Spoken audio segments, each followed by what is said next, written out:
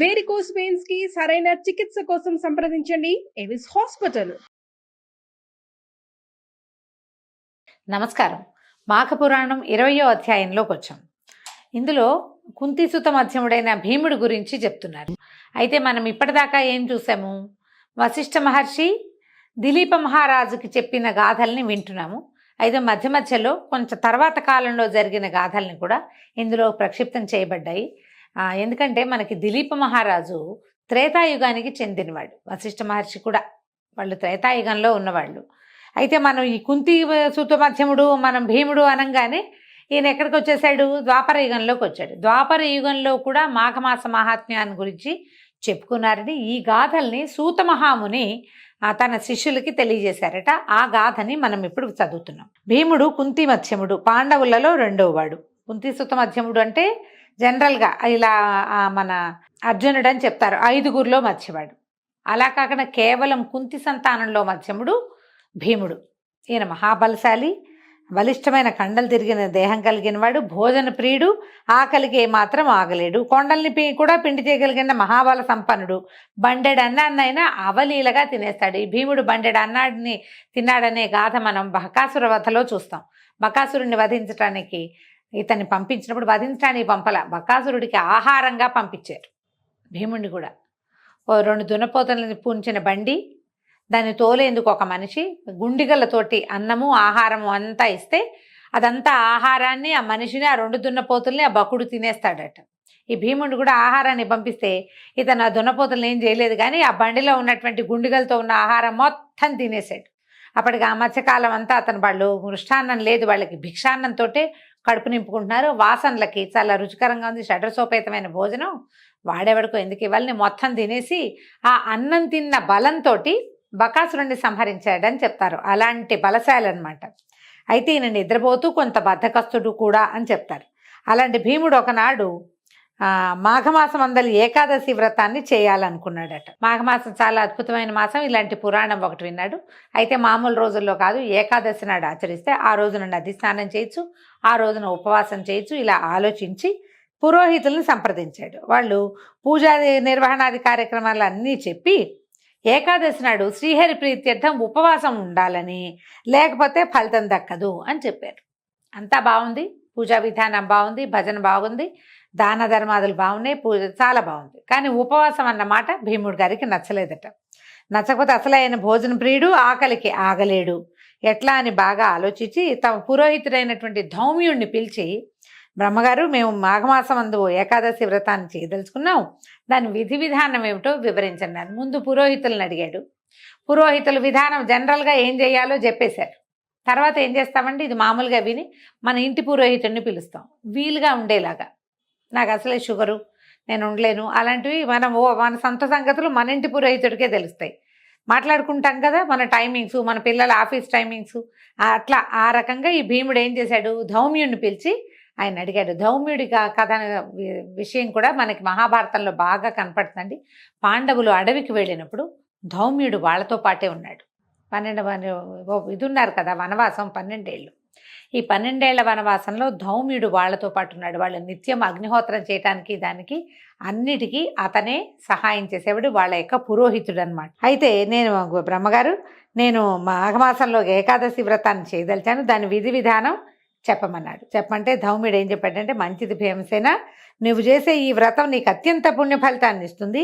ఏకాదశి మహాపవిత్రమైన తిథి, శ్రీ మహావిష్ణువుకి అత్యంత ప్రీతిపాత్రమైనది. పైగా ఇది మాఘమాసం కాబట్టి మాఘమాసం విష్ణువుకి ప్రీతిపాత్రమైనది, సూర్యుడికి కూడా అత్యంత ప్రీతిపాత్రమైంది. ఆరోగ్యం భాస్కరాది ఇచ్చేదన్నారు. సూర్యుని వలననే మనకి ఆరోగ్యం సిద్ధిస్తుంది కాబట్టి సూర్యమాసంగా చెప్పబడేటువంటి ఈ మాసంలో ఏకాదశి తిథి అత్యద్భుతమైన తిథి కాబట్టి నువ్వు చేయవలసిందేను, నిరభ్యంతరంగా మీరు వ్రతాన్ని ఆచరించవచ్చు అన్నాడు. సరే, ఇప్పుడు ఈయన అడిగాడు, అది సరే అట్లాగే చేస్తాను, కానీ నేను అసలే భోజన ప్రియుడిని లోకానికంతటికి తెలుసు, మీకు మరీ తెలుసు, ఆకలికి ఆగలేను కదా, ఈ ఉపవాసం ఉండటం నా వల్ల అవుతుందా అని భీముడు అడిగాడు. ఉపవాసనం అంటే ఏంటంటే భగవత్ సమీపంలో నివసించి ఆహారం మీద పేరెత్తకుండా ఉండాలి. అది సాధ్యమేనా అని ఆలోచిస్తున్నాను. పైగా ఉపవాసం ఉన్న రోజునే ఆకలి దప్పులు ఎక్కువగా ఉంటాయి. మామూలుగా పక్క వాళ్ళ ఇంట్లో ఏదైనా వాసన వస్తుంటే అంత పెద్ద పట్టించుకోం మనం, కానీ ఉపవాసం రోజున ఆకలికి ఆ వాసనకి ఆకలి ఇంకా పెరిగిపోతుంది, ఇంకేమన్నా తినేద్దాం అనిపించేస్తూ ఉంటుంది, తోచదు. ఇలా ఉంటుంది. నా ఆకలి దాహం తీరేటట్లుగా మరియు ఏకాదశి వ్రత ఫలితం దక్కున్నట్లుగా ఏదైనా సలహా చెప్పండి అని చాలా వాపోతూ చెప్పాడు. ఇదేంటో ఏకాదశి నాడు తీసుకున్నాను, ఈ వ్రతం ఇంకో రోజు తీసుకుంటే బాగుండేది. ఉపవాసం తప్పనిసరిగా ఉండాలంటే నేను ఎక్కడ ఉంటాను? ఎవరికైనా సరే ఉపవాసం రోజున ఏమి తినకపోతే ఆకలి ఎక్కువ వేస్తుంది. పైగా ఇవాళ నేను ఉపవాసం అంటే ఫ్రెండ్స్ అవి ఇవి డబ్బాలు తీసుకొచ్చి మేము అది వండాం ఇది వండాం ఇది తెచ్చాం అది తెచ్చామంటారు. అప్పుడు ఇంకా విజృంభిస్తుంది ఆకలి. మనకు వచ్చే డౌటే భీముడు కూడా వచ్చింది. అడిగితే పాండవ పురోహితుడైనటువంటి ధౌమ్యుడు ఒక చిరునవ్వు నవ్వి, భీమా, ఏదైనా వ్రతం చేయడానికి మొదట దీక్ష అవసరం, అందులోనూ ఏకాదశి వ్రతానికి దీక్ష తప్పనిసరి. ఇదేమంత కష్టమైంది కాదు. భక్తి శ్రద్ధలతో దీక్ష పూనితే కనుక నీకు ఆకలి దప్పులు ఉండవు. మాఘమాస ఏకాదశి వ్రతం అత్యంత పుణ్యాన్ని ఇస్తుంది. మాఘమాసంలో 2 ఏకాదశులు వస్తాయి కదా, ఈ 2 చాలా మంచివి. ఇంతకంటే శ్రేష్టమైన వ్రతం ఇంకోటి లేదు. అందులోనూ మాఘమాసమందు పుష్యమి నక్షత్రంతో కూడిన ఏకాదశి వ్రతం సర్వశ్రేష్టమైనది. పుష్యం వచ్చిందో రాలేదో తెలియదండి, ఆయన సందర్భంలో అది వచ్చింది కాబట్టి చెప్తున్నాను. ఈ ఏకాదశితోటి పుష్యమి నక్షత్రం కలిసి వస్తే చాలా విశేషమటండి. మనకి ఈ మాసంలో అయితే లేదు, మాఘంలో కనపట్టలేదు. ఏ నెలలో అయినా మనం ప్రతి నెల క్యాలెండర్లు చెప్పుకుంటాం కదా, ఒకవేళ ఎప్పుడైనా ఏకాదశి పుష్యమి కలిసి వస్తే కనుక ఆ రోజు ప్రత్యేకంగా తెలియజేస్తాం.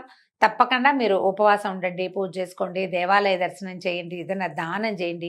ఆ రోజున పుష్యమి నక్షత్రయుక్త ఏకాదశి నాడు విశేషమైన ఫలితం లభిస్తుందట. మహాపర్వదినం అది.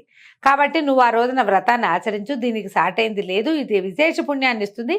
ఆకలిని గురించి మాత్రం ఆలోచించద్దు. దీక్ష ఉన్నవాడికి ఆకలి కలగదు. నియమనిష్టలతోటి భక్తి శ్రద్ధలతోటి ఆచరించు, భగవద్ధ్యానంతో ఉండు అని వ్రత విధి విధానాన్ని వివరించి చెప్పాడు ధౌమ్యుడు. ఈ ఏకాదశి నాడండి మనకి ఏకాదశిలో నిర్జల ఏకాదశి అని ఒక ప్రత్యేకమైన ఏకాదశి ఉంది. ఈసారి దాని గురించి చెప్పుకుందాం. ఈ నిర్జల ఏకాదశి నాడు జలం తీసుకోకూడదు, కానీ మామూలు ఏకాదశిలో నీటికి ఏ నియమము లేదండి. నీళ్ళకి నియమం లేదు, నీరు తాగొచ్చు. మనం ఏం చేయొచ్చు అంటే మెలకుగా ఉన్న కాలం అంతా హాఫ్ అన్ అవర్కి ఒకసారి ఒక 50 ml ఒక చిన్న గ్లాసు మంచినీళ్ళు తాగటం. ఒకవేళ ఏదైనా కొంచెం వీక్నెస్ ఫీల్ అవుతాము, అలాంటి భయాలు ఉన్నవాళ్ళు, లో షుగర్ అవుతుందేమో, కళ్ళు తిరుగుతాయి అలాంటివి ఉంటే ఒక మగ్గు నీళ్ళల్లో 1 లీటరు పెట్టుకోండి. కొంచెం తేనె వేయండి, ఒక 2 స్పూన్లు తేనె వేసి బాగా కలిపేసి పక్కన పెట్టుకోండి. హాఫ్ అన్ అవర్ 45 minutesకి ఒకసారి ఆ తేనె నీళ్ళు కనుక తాగితే, ఒక చిన్న గ్లాసు, ఎక్కువ నీళ్ళు ఇన్ని గ్లాసు నీళ్ళు ఆకలి పొట్ట నిండేలాగా తాగకూడదు, అది పద్ధతి కాదు. చిన్న గ్లాసు ఒక 50 ml అంతే. అవి పెట్టుకుని అవి తాగుతూ ఉంటే మీకు ఒంట్లోకి డిహైడ్రేట్ అవ్వదు. తర్వాత ఈ తేనె తగలటం వల్ల కొంచెం ఓపిక ఉంటుంది, ఏదో ఒక ఆహార స్వీకారం చేసిన భావన కూడా ఉంటుంది. ఈ ఏకాదశిలో ఏంటంటే సాలిడ్స్ తిన్నా ఆ అన్నం వేళకి మనం ఏదైనా వేరే టిఫిన్ తిన్నా కూడా పొట్ట ఊరుకోదండి, కొంచెం సతాయిస్తుంది. అన్నం మీదకి దృష్టి వెళ్ళిపోతూ ఉంటుంది, నియమం ఉండదు. ఆ నియమాన్ని ఉంచుకోవాలి. మనం అన్నం మీద దృష్టి వెళ్ళకూడదు, ఆహారం మీదకి పోకూడదు అంటే ఏదైనా నామపారాయణ చేసుకోవటము, మంచినీళ్ళు తాగటము చాలా ఉపయోగపడుతుంది. నేను చాలా తక్కువ ఆహారంతో ఉంటాను. మ్యాక్సిమం 4 బనానాస్, 4 అరటిపళ్ళు, పొద్దున్న 2 సాయంత్రం 2 తింటాను. మిగిలిందంతా మంచినీళ్ళే. ఒకవేళ అరటిపళ్ళు ఎక్కువ లేవనుకోండి, 2 అరటిపళ్ళతోటే సరిపెట్టుకుంటాను. ఏవైనా పళ్ళు తింటే తినచ్చు, ఆరెంజెస్ లాంటివి, కమలాలు దొరుకుతాయి కదా ఇప్పుడు, సంత్రాలు అలాంటివి కూడా తినచ్చు. మీరు అవి తిన్నా కూడా ఈ మంచినీళ్ళు తాగే ప్రక్రియ కనుక పెట్టుకుంటే కొంచెం తేనె కలిపిన నీళ్లు హాయిగా ఉపవాసం చేయగలుగుతాం. దానివల్ల ఏంటంటే మర్నాటికి అసలు స్కిన్ ఎంత కాంతివంతంగా ఉంటుందో గమనించండి మీరు. ఒళ్ళు తేలిగ్గా ఉంటుంది, పొద్దున్న బ్రహ్మాండంగా నిద్రలేచేస్తాం. మామూలు కంటే ఒక అరగంట ముందు మెలకు కూడా వస్తుంది. ఇవి నా స్వానుభవాలే, అందుకే క్లియర్గా చెప్తున్నానమాట. అయితే ఇట్లా పదే పదే తమ పురోహితుడు ధైర్యం చెప్పగా భీమసేనుడు సంశయం తీరటంతో మాఘశుద్ధ ఏకాదశి వ్రతాన్ని అత్యంత భక్తి శ్రద్ధలతోనూ నియమనిష్టలతోనూ చేసి ఉపవాసం ఉండి ఏకాదశి వ్రత ఫలితాన్ని పొందాడు. మనం ఈ భీష్మైకాదశి అని చెప్పుకుంటాం, కానీ ఆ భీష్మైకాదశిని భీమైకాదశి అని చెప్పేవాళ్ళట పూర్వకాలంలో. ఈ కాలం అంటే మన పాండవుల కాలంలో. ఎందుకంటే ఆ ఏకాదశి నాడు ఆయన ఈ వ్రతం చేసి చాలా ప్రఖ్యాతుడయ్యాడనమాట. ఆ రోజున అందరికీ బహుశా ఆ హస్తనాపురంలో చాలామంది బ్రాహ్మణులకి దానాలు అవి చేస్తుంటాడు. అంచేత దాన్ని జ్ఞాపకం పెట్టుకునేవాళ్ళు. భీముడు ఈ ఏకాదశి నాడే దానం చేశాడని చెప్పుకునేవాడు. అందుకని ఆ ఏకాదశిని మనం భీష్మ ఏకాదశిగా చెప్పేదాన్ని భీమైకాదశి అని పిలిచేవాడు తొలి కాలంలో. కాబట్టి ఈ మాఘమాసం అందే మహాశివరాత్రి పర్వదినం కూడా వస్తుంది. దాని గురించి కూడా వివరంగా తెలుసుకోవటం మనకి శ్రేయోదాయకం. ఈ మహాశివరాత్రి శివరాత్రి నాడు శివ మహాత్మ్యం గురించి తెలియజేస్తాను. భక్తి శ్రద్ధలతోటి వినండి. అందరూ తప్పకుండా ఆచరించవలసిన వ్రతము కాబట్టి అత్యంత శ్రద్ధాళువుడుగా విని దీన్ని ఆచరిస్తే మీరు ముక్తిని పొందగలుగుతారని సూత మహాముని అక్కడ చేరి ఉన్నటువంటి మన నైమిషారణ్యంలో చేరున్నటువంటి ఎంతోమంది మునులకి ఋషులకి అందరికీ తెలియజేశారు. ఈ మాఘంలో ప్రత్యేక పర్వదినాలుగా చెప్పబడేటువంటి 2 ఏకాదశులు తర్వాత మహాశివరాత్రి పర్వదినాల్ని తప్పకుండా ప్రతివాడు మానవుడైన ప్రతివాడు ఉపవసించి ఈ పర్వదినాల్ని జరుపుకోవాలని సూత మహాముని తెలియజేస్తున్నారు. దీంతో 20వ రోజు పారాయణ పూర్తయింది. రేపు ఉదయం మళ్ళీ 21వ రోజు పారాయణతో కలుసుకుందాం. నమస్కారం.